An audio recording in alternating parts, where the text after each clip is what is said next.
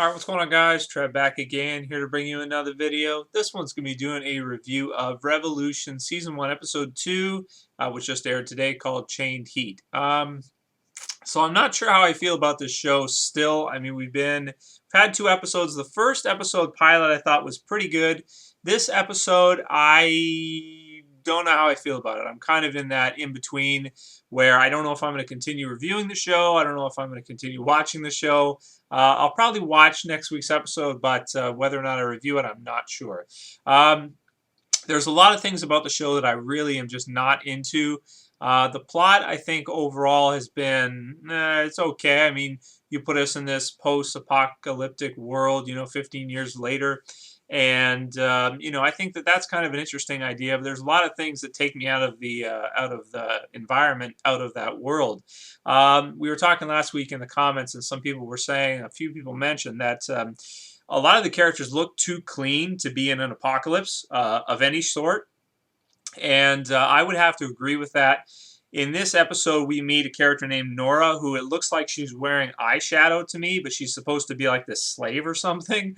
And yeah, they look like they're wearing makeup and stuff, and I'm just like thinking to myself, like, okay, if you're a slave or whatever, or you're in this kind of world and you're, traversing around the environment, and you're having to go through the woods, and you're living that kind of lifestyle, you're not probably going to have your makeup done, just right and everything just looking, especially if you're a captive of someone else, And that's a big problem with this show that I noticed from a lot of the different characters in the show, is that when you're watching it, you see, like, especially characters like Nate and some of the others, they just look so clean, And for me personally, it's like, in that kind of world, that's not the way I envision an apocalypse. I envision everybody being sort of like lost their sense of humanity and that sort of hygiene where they're going to be having a shower every day and, doing their hair, doing their makeup.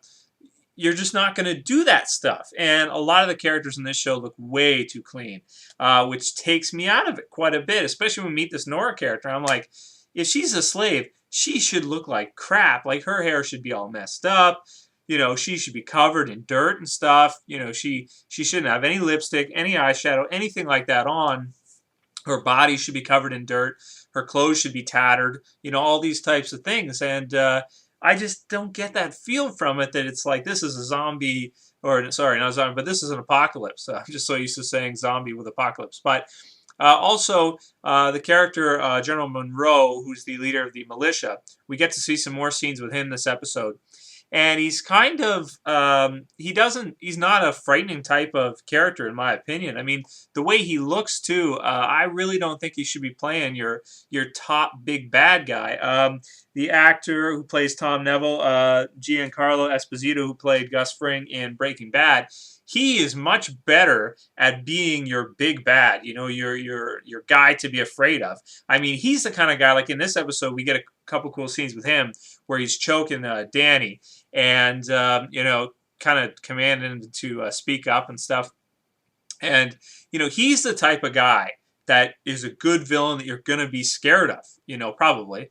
But I don't know, this Monroe guy, like he again, too clean cut, doesn't look badass enough to me. Looks like he's getting ready for, some kind of photo shoot or something.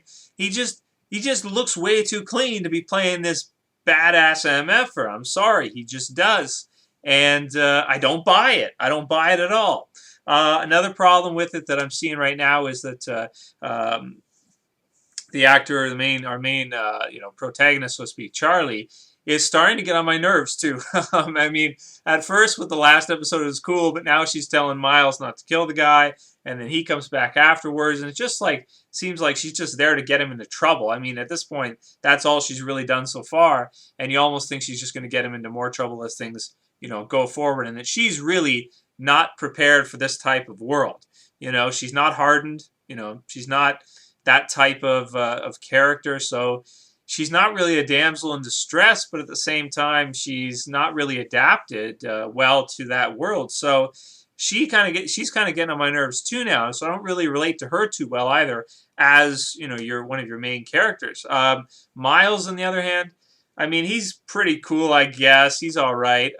You know, he having his sword battles and stuff that he does looks really cool. And I think that he's you know, fairly interesting character.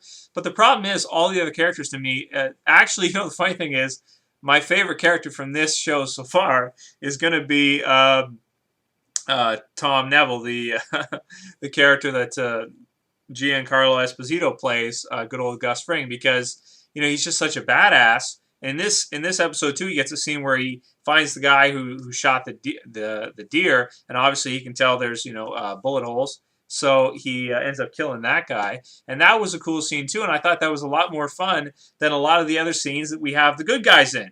So it's like, you know, if you're rooting for the bad guy, there's something wrong there because you like him better than you like. You know, there's just something wrong there with the show. So I don't know if I'm going to continue with it. I might drop it. In terms of this episode and the score, I really didn't feel this episode too much. The ending was there was some excitement at the ending. The reveal, sort of the flashback scenes were okay. Although I'm not that interested, that invested in this character yet of Charlie. The fact that she's trying to protect her younger brother, I think is, yeah, that's pretty cool. And she's trying to save him. That's okay. But I'm just not totally invested in any of those characters. I don't think they're that interesting. And definitely Monroe, I'm not impressed with him whatsoever. Let me see. Is there anything else I wanted to say? I think that's pretty much it. It was an okay episode. If I had to give it a score, I'd rate it, I guess, a 5 out of 10. You know, do I find it, you know, intriguing and insanely, you know, do I feel like I just can't wait to see next week's episode? No, I'm not like that. Will I watch it? I'll probably watch it, but if it doesn't get any better or I don't start feeling it anymore, I might drop the show. So anyway, I'm gonna give 5 out of 10. Let me know what you guys thought about the episode. I mean, it was okay. I don't know. For me, blah. It's just blah. And also too, I want to mention a lot of guys that do reviews on YouTube and stuff. Everything they watch, they think is great, and they always give good reviews. I don't always give good reviews because I want to be honest. You know, if I think something's amazing, I'm going to do a review on it and say how amazing it is. But I will also review stuff sometimes that, you know, I might not like as much, and this is one of those. So can I recommend this show? At this point, not yet. No, I can't recommend it to anybody right now. I don't know who the audience is either, like who they're targeting. You have a female main character who seems like she may have some kind of love interest coming on with this Nate character who's on the... I don't know. Are they targeting women then, or is that who their audience is? Are they targeting men because there's lots of action? You know, who's the target audience here? Because for me, I'm kind of, you know, I don't know where I'm going here. I'm just kind of confused. Anyway, let me know what you guys thought about this episode. Are you still interested in the show, or are you going to drop it? Later, guys.